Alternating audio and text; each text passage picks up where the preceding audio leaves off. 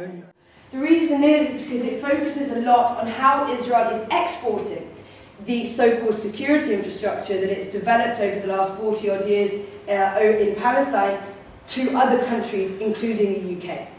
And I think for yourselves as activists, there could be a lot of information here that would inform the work that you're doing here in the UK. So I want to try and get to that as quickly as possible so that we'll also have time for questions and clarifying questions as well. BDS, I'm sure you guys know a lot about, so perhaps we'll just discuss a couple of things about that, but I think my most amount of focus is going to be here, and that's all on my notes here, and hopefully that will be interesting for you guys. So really quickly about the matrix of control. So the first, I'm going to sit down. I hate sitting down, but I'm going to have to do it. Please come in. Welcome, welcome. Okay, so can you all hear me? Yes. Great, fantastic. So this is how it works. I can't see all of you. I'm so sorry. I'm going to get up and wander around as well, so because I like to see your faces as I'm talking to you. So this is how it works. Do you know the game called Go? So it's a Japanese, East Asian game. It's unlike the game of chess. In the game of chess, you have two opponents who try to defeat one another, right, by taking pieces off the board. And actually, the aim of Go is completely different. You win not by defeating your opponent, but by immobilizing him, by controlling key points on the board, on the matrix. And this strategy was actually used very effectively in Vietnam, where small forces of the Viet Cong were able to pin down and virtually paralyze some 500,000 American soldiers who were possessing overwhelming firepower. And in effect, Israel has done exactly the same thing to the Palestinians in the West Bank, Gaza, and East Jerusalem. And so since 1967, it's put into place a matrix similar to that of the Go board that has virtually paralyzed the Palestinian population. And this matrix is composed of a number of different layers. So the first layer is the physical aspect. Now, this is the settlements, for example, and their extended master plans. I have a problem where I deviate, so I'm going to stop myself. We'll get back to the settlements hopefully at the end. The massive system of highways and bypass roads, including what's known as sanitary roads. So this is a term that the Israeli army has, it's sterile roads. These are basically Jewish-only roads, but Jewish-only roads it's a bit of a misnomer, it's not exactly that. In Israel, Palestine, for those of you who've been, you have the yellow license plates, the Israeli ones, and the green license plates are the Palestinian ones. So these are roads that basically only yellow license plates cars can drive on. So you could find an Israeli Palestinian with an Israeli citizenship who's driving an Israeli car will be allowed on these roads, but a Palestinian with the green license plates won't be allowed. And they're called sterile roads because they're sterilized from those green license plates cars, basically from Palestinians who don't have Israeli citizenship.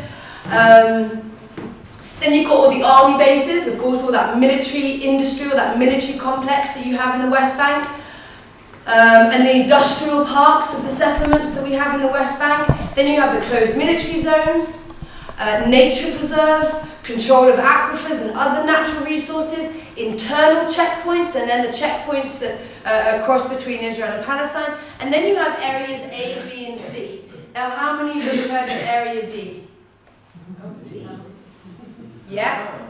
Even you veteran activists say, it's like, what? I know. I thought the same thing when I discovered Area D as well, only a few years ago. So Area D are areas within Area B that Israel has full control over planning and development. So Area C is under full Israeli military and civilian control, which is 62% of the West Bank. And technically, Area B is under Palestinian control, but under Israeli military control. And Area D are areas within Area B where, let's say, the Palestinian town, community, village is close to a settlement or military infrastructure, or it's close to a road that the army or settlers use, so then Israel has control over planning and development. So we're talking over 70% of the West Bank, Israel has control over the future of the Palestinians, over planning and development, and over sort of natural expansion of these areas. And then in Hebron and Al-Khalil, you have areas H1 and H2. Israeli-controlled Hebron and Palestinian-controlled Hebron. Now, all of these define the matrix of constricted Palestinian enclaves and effectively divide them from one another. Now, the second layer that we have of the matrix is the bureaucratic, legal aspect. And this includes all the planning, permits and policies that entangle the Palestinian population in a tight web of restrictions. This includes the political zoning of land as agricultural in order to freeze the natural development of towns and villages, the politically motivated system of building permits, which are enforced by house demolitions. And I would love to be talking to you about house demolitions because that's what my organisation focuses the most on. And if at the very end, if there's questions about that, then I'm more than happy to go into more details, because in actual fact, this summer, the Israeli parliament, the Knesset, voted to reinstate punitive house demolitions. So house demolitions that are carried out as punishment. The Israeli army actually, after doing a whole bunch of research on punitive house demolitions, decided to suspend them in 2005. Why? Because they discovered that rather than deterring attacks, it actually encourages them and only inflames the people. To which you could say, no shit, Sherlock, anyone could have told you that. You know, you demolish someone's home, they're going to be pretty angry about it, no one's going to love you for it. And then the Knesset voted to reinstate it, even though they are fully aware of the fact that it only inflames the people and rather than deterring attacks, actually encourages them. Isn't it Einstein who says the definition of insanity is doing the same thing again and again, expecting, well, my society is insane, my government is insane. We can talk more about that as well afterwards. So, moving on. Then we have land expropriation for public purposes, Israeli public purposes, the restrictions of planting and wholesale destruction of Palestinian crops, the licensing and inspection of Palestinian businesses, closures, restrictions on movement and travel, and much more. Now, although Israel is careful to present these policies as legal, of course they are not. And the failure to guarantee Palestinians the basic human rights provided by the Geneva Convention and other international covenants upon which Israel has signed is patently illegal. Now, the third layer. This involves the violence that's needed to maintain this control over the matrix. So first of all, you have the military occupation itself. I mean, an army of the military is inherently violent. So that's the first aspect that you have. Then you have massive imprisonment and torture, the extensive use of collaborators to control the local population, pressures exerted on families to sell their land, and then of course you have the undemocratic, arbitrary and violent rule of the military commander of the West Bank and the civil administration.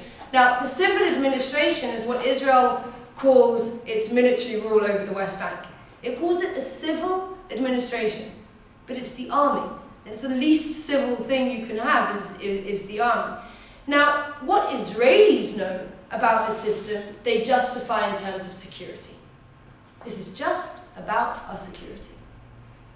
And the average Israeli has no concept of this matrix. And so for most Israelis, peace simply means giving up the minimum territory that would satisfy the Palestinians and ending terrorism. The average Palestinians are highly attuned to the presence of the matrix, since they hit up against it every time they move. Now, the reason that ICAHD talks about the matrix of control is this: because it is crucial to the achievement of a just and viable peace that the nature of the matrix is, as an integrated system, be fully comprehended.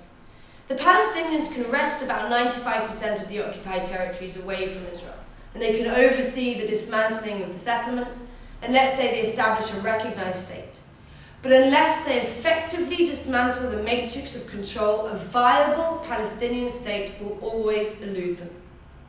So now we're going to move on. This brings us into, this is just a map of the West Bank, sort of showing the areas. So everything you have in orange, these colours here, are Area A, which is under full Palestinian control. Area B is everything that you see in yellow. And Area C, which is 62% of the West Bank, is everything that you see in white. I mean, this doesn't show the settlements, the roads, It shows the roadblocks and checkpoints, which is all these red. A army, which, what does armies do today mostly? They fight wars abroad, right? They're out there doing something. And then you have the police. And the police do all the sort of civilian stuff, right? Stuff inside the country. And then you have your security services. You have MI5, MI6. The US, you have CIA, FBI, and you have your police, and you have your army. What has ended up happening in Israel, and this has happened since 1948, is a militarization of the army. Of the police, sorry. So in Israel, there's no distinction between sort of the army and the police. So for example, we have the border police. Now the border police straddle both worlds. The border police is sort of half in the army and half members of the regular police force, which means that they can arrest anyone. And then you have, for example, the security coordinators of the settlements. They're trained by the Israeli army. They're civilians, and they're paid, their salaries are paid for by the municipality, by the local authority of that settlement. Now, yeah, I'm going to skip some of this stuff. Although it's interesting, I think I really want to get us moving on to about, you know, where we're headed and stuff. So just to say that in Israeli discourse and Israeli society, our security, the matrix of control, the occupation is about our security, it's about protecting Israelis. When in actual fact it's about holding on to as much land as possible.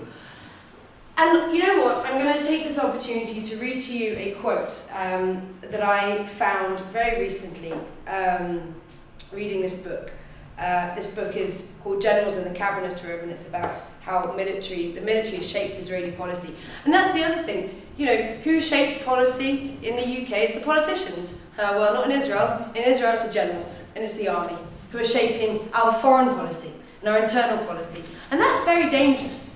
You know, history, and as you probably know, we have quite a right-wing government and a very religious government. Now, history has shown us that the mixture of nationalism, religion, and militarism ends very, very badly.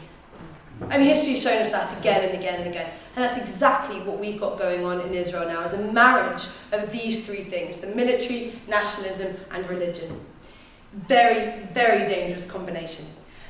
Now, this is a quote from, I'm just going to find the place to, so this is a guy called Mordechai Gur, who was the, CGS is the acronym, commander of the General Staff, so basically the head of the army. And so he says, this is talking about the occupation of 1967. So he says here, there is no chance of reaching an agreement with the Arab states on the basis of a current peace map. If we yield and accept narrower borders, we are endangering the state. A return to 1967 borders appears to me to be impossible from our perspective, because it would imply willful military suicide. Now, but later on in the document, it becomes clear that Gur opposed a withdrawal to 1967 borders, not only for military reasons, but also because of a broader national, political, and ideological objectives, which he described as the fulfillment of Zionist goals. And this is what he says: the purpose of the State of Israel and of world Zionism was and will be to gather the majority of the Jewish people in Israel. And to that end, we must continue building an infrastructure of settlement, industry, government, and military in all the territories that we consider essential to implementing Zionism. And as we build the infrastructure, the final borders will be better established and more accepted by all sides of the conflict, whether by argument or out of necessity.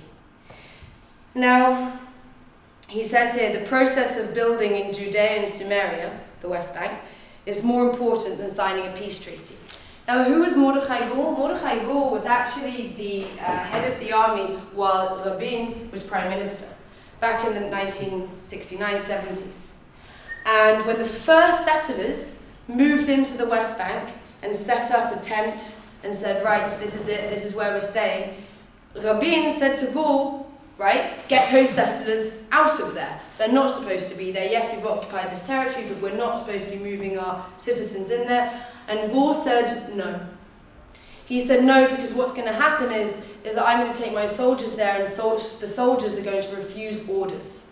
And I can't allow that to happen in my army. Apparently, Rabin had always regretted not standing up to Gore, because the question is, did he really believe that soldiers were going to refuse orders, or was he doing it for ideological purposes? And by Rabin accepting that, it started that wave of settlement movement into the West Bank. It's interesting to, I've always found that I keep learning more and more about the history and the implications for it today, and it's very interesting. And also just to say this one thing here about state-based language. So of course, when we talk about Israel importing $4 billion of weapons. And we look at Hamas and we say Hamas is smuggling weapons in. And it's so important how to understand this differentiation between the language that's used, the state-based language, because it legitimizes what a state does. But what Hamas is doing is smuggling. It's illegitimate. Why? Why do we look at those two things so differently? For a regular person reading the newspaper, he could read something like that, Israel importing, Hamas smuggling, and immediately assume this is a fight about terrorists and a state. Where it's not. The Palestinians are legitimately struggling for a nation state and for equal rights. It's always important to remember that. So now moving on to our sort of political and bureaucratic violence. I have to sit down again, sorry. So we have military law. Military law runs the West Bank. So all Palestinians are living their lives under military law. Now this military law really only applies to areas B and C. Areas A is where Palestinians have full control over those areas. Now, although settlers live in the same systems in a single territory, constitute gross discrimination. And so actions committed by Palestinians are liable to lead up to 10 years imprisonment and fines, whereas the same actions taken out by Israeli settlers might not even be considered offences at all under Israeli law.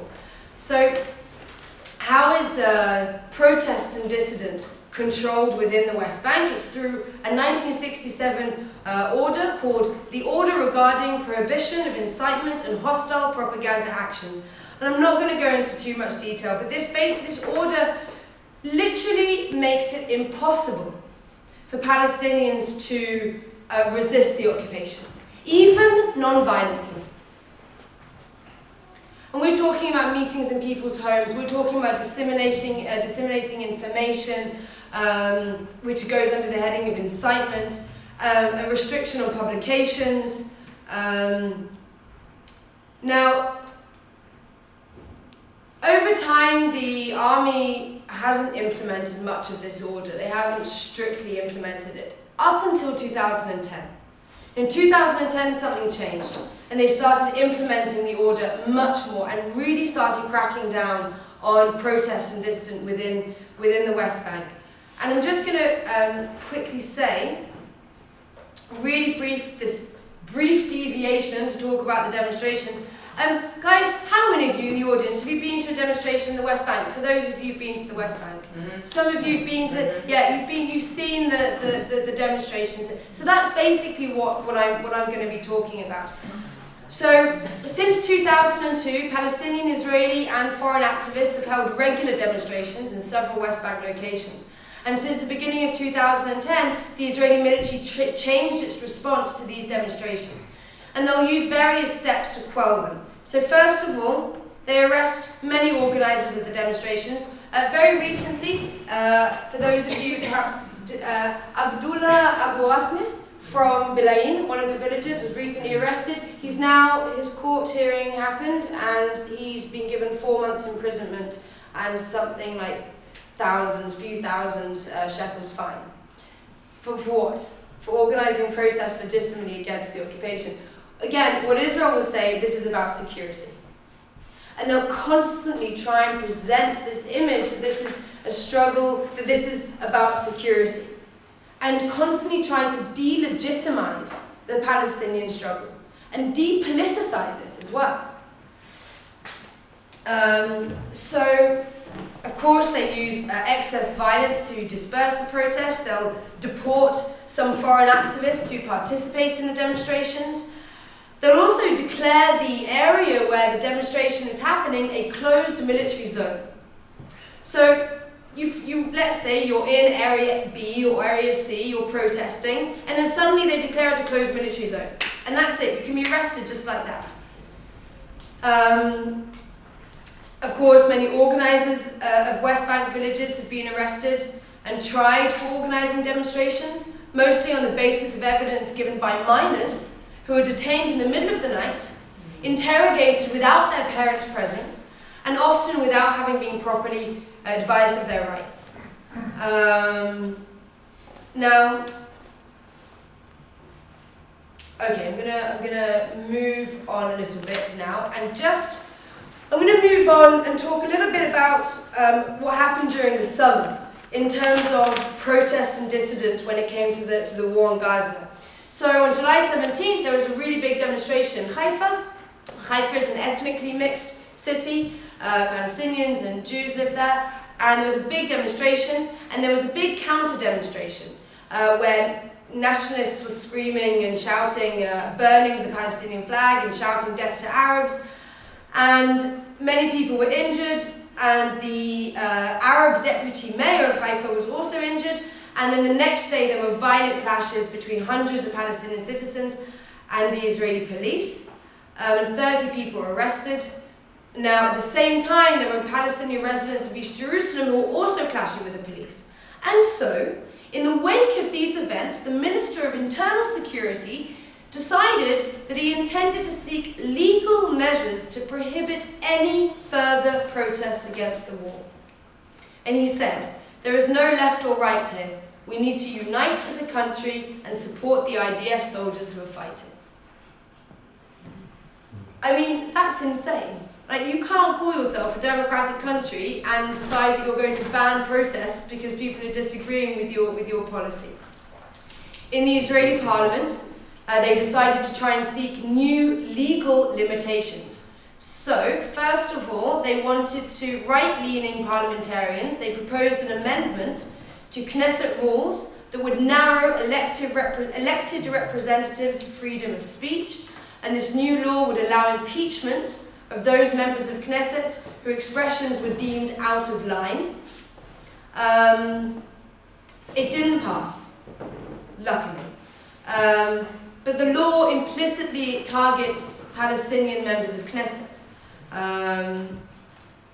Now, calling for boycotts. So the foreign minister, Lieberman, our foreign minister, he called on supporters to boycott Arab businesses that went on strike with solidarity of the citizens and residents of Gaza.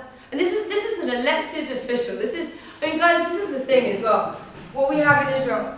I'd like to think that UKIP and the British National Party are sort of fringe elements in the UK, right? Yes, can we say that still? They're still fringe elements, and hopefully staying that way. This is the establishment in Israel. This is who's running the country. I mean, it's incredibly scary. It really is. And I think it's just, I feel important to sort of drive that home, that this isn't fringe elements in Israel. This is the establishment.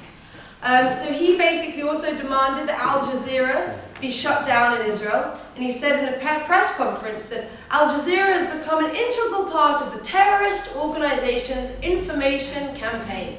And again, they're looking at the Palestinian struggle, whether it be Hamas or these non-violent demonstrations in the West Bank. Everyone is painted with the same brush. They're all terrorists. In Israelis' eyes, there is no legitimate struggle here. And actually, because the minister brought no examples of false or inaccurate reports, the Cable Committee, who decides on these kind of things, dismissed the request. You know, it's good to know that in Israel we still have some sort of sanity going on in some places. Now, in terms of crushing dissent, mainly focusing about Hanin Zoabi, who spoke out against what was going on in Gaza.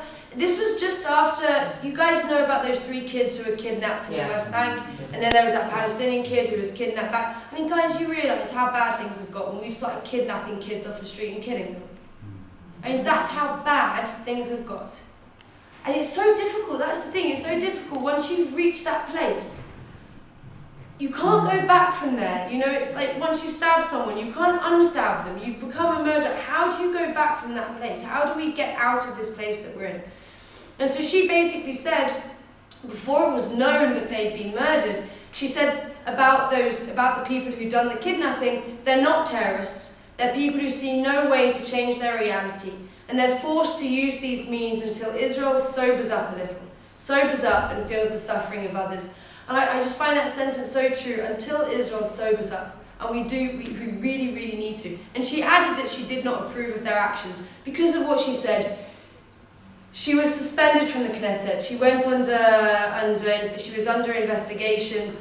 Recently, they had her hearing, and they've reinstated her into the Knesset, and she can run now in these elections that are coming up. There are actually even right-wing members of Knesset who said that this is a serious issue, that she's just representing her voters, and that the police investigation is a grave issue and one that all members of Knesset should be revolting against. This is from a veteran member of Knesset in the Likud. So even the right-wingers are saying, we've gone too far, this is too serious. Okay, moving quickly on. So civil society organisations, the first 2 on here are basically anti-BDS organisations based in Israel. So if you don't know about them, note them down. They have websites, NGO Watch and Academia Watch, and they'll follow up on any BDS actions or anything that that BDSs are doing both in Israel and the UK or the US. Im Timtzu, a very right-wing religious organisation, lots of settlers are part of that organisation, extremely violent, but it's the 4th one that I really want to focus on. So Lahava is Hebrew for flame. And they appeared during the summer. I actually had never heard of them before that. I don't know if they existed before the summer. But what they did during the summer is they went around, they have t-shirts with a Star of David on it, which is the Jewish symbol. And out of the Star of David, there are flames coming out of it. And they would literally just go around Jerusalem looking for Palestinians to beat up. That's it, that's what they were doing. Hundreds of them. What me and my fellow friends did was we would go out in Jerusalem, we'd see these gangs out on the streets, we'd follow them, we'd call the police and say to the police, look, they're here, please come. There's nothing that we could do. There was no way we were going to get close to these guys. They would have just beaten us up. Extremely scary to see these people walking around on the streets. Again, reminding us of some very, very dark times in history. Thank you, Colin. Thank you. Okay, so the thing is, it's always become sort of accepted in Israel that there'll be thousands of people on the streets screaming death to Arabs, death to leftists. Accepted. People think it's normal. They're like, yeah, okay, we have some crazy people in our country. Mad. Okay, so moving on to societal violence.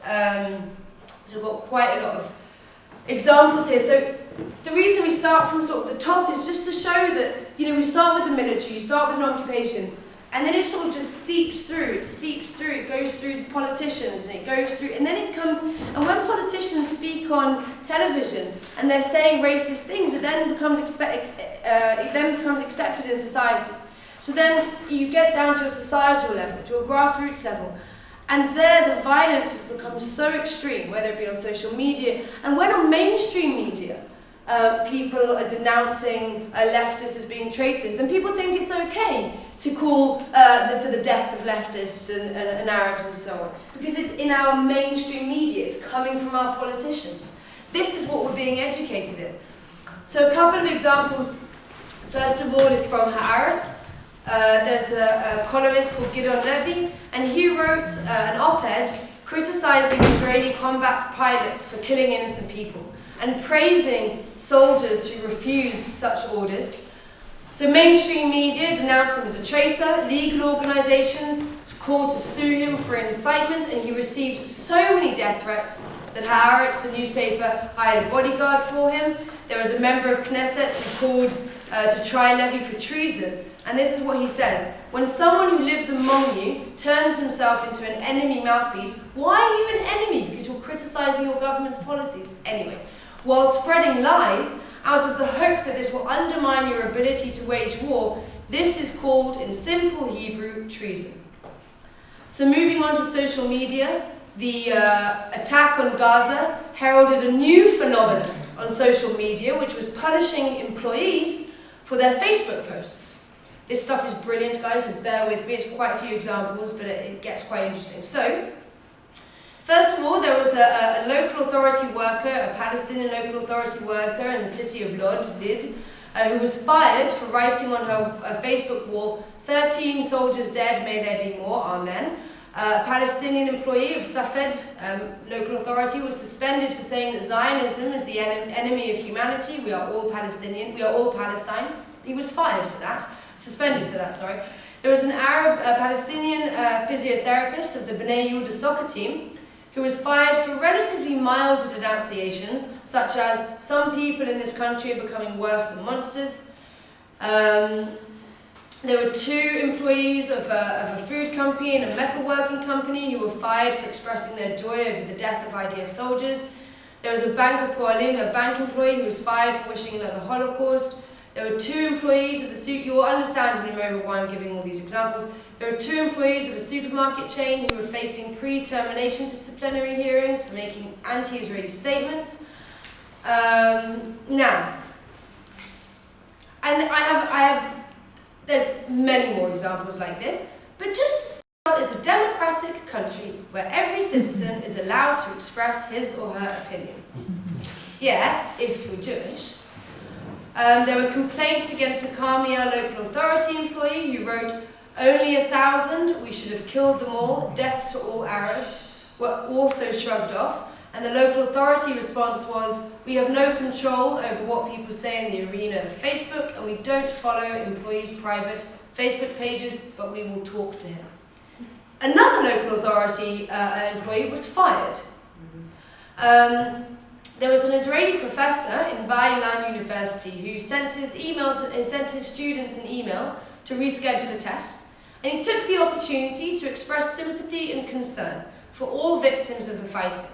Now, he made no reference to the victim's nationality, but implicitly reminding students that the majority of victims were Gazan. Now, after receiving ferocious complaints about the professor's message, the university issued an apology for the email, and the professor was reprimanded. For what? For stating a fact that the majority of victims are from Gaza. Moving on really quickly, there was a couple of very well-known actors and actresses who spoke out against the war in Gaza and received so many death threats that they didn't go and perform in the plays they were supposed to perform in. Now, violence on the streets. So we've done sort of mainstream media, social media, now sort of on the streets. So on the 12th of July, there was an anti-war demonstration in Tel Aviv, and it was quite large, and there was a counter-protest. There was a pro-war protest happening opposite them, where they were shouting death to Arabs, death to leftists. Now, the police forces initially separated the 2 groups. This is during the Gaza war, and there were sirens going off because of missiles coming over from Gaza. So as soon as the sirens went off, the police deserted the scene. So then you've got a bunch of anti-war protesters opposite a bunch of pro-war protesters, and this is what happened. One man had a chair broken over his head and was evacuated to hospital. One was punched in the head, another punched in the eye. One had his video camera taken. Dozens of people were beaten, shoved to the ground and pelted with eggs, and some testified they were sprayed with tear gas. The question is, okay, let's say people disagree with the anti-war protesters. You have the right to disagree. You do not have the right to go and beat them up because you disagree with them. And that's accepted in Israeli society. No, people sort of tut, and shake their heads. But nothing happens. There's no substantial action that's taken when these kind of things happen. July 26th, there was a particularly large Israeli anti-war protest that was met by several hundred right-wing demonstrators, and the police forces managed to keep the two groups apart for the duration of the event.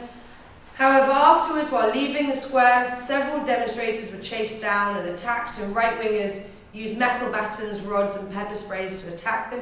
Guys, you know, this violence, our society is, it's incredibly violent, and it's sort of accepted levels of violence which are really scary. Now, settler violence, I don't know if you guys heard, but there was actually another church that was firebombed. I think it was today or yesterday. Yeah, yes, it happens. Shouldn't happen often, but it does. These are called price tag attacks, because basically settlers who... So, because guys, you know how our government, this is what they do. They'll say there are government-sanctioned settlements. So there are settlements that the government says, yes, we're going to build here, and yes, we planned for this settlement here. But then let's say there's like a young youth guy, and he's like, I'm going to take my tent up, and I want to live over here in the West Bank. So the authorities say no. So they decide this settlement is okay, this settlement isn't. I mean, they're all illegal. There shouldn't be a discussion about which ones are accepted and which ones aren't. Any of them shouldn't be there. And so whenever that happens, whenever those sort of hilltop settlements, as they're known, are dismantled, then there is attack on Palestinians. So the Palestinians basically end up paying the price for the dismantling of these hilltop, and they're called price tag attacks. And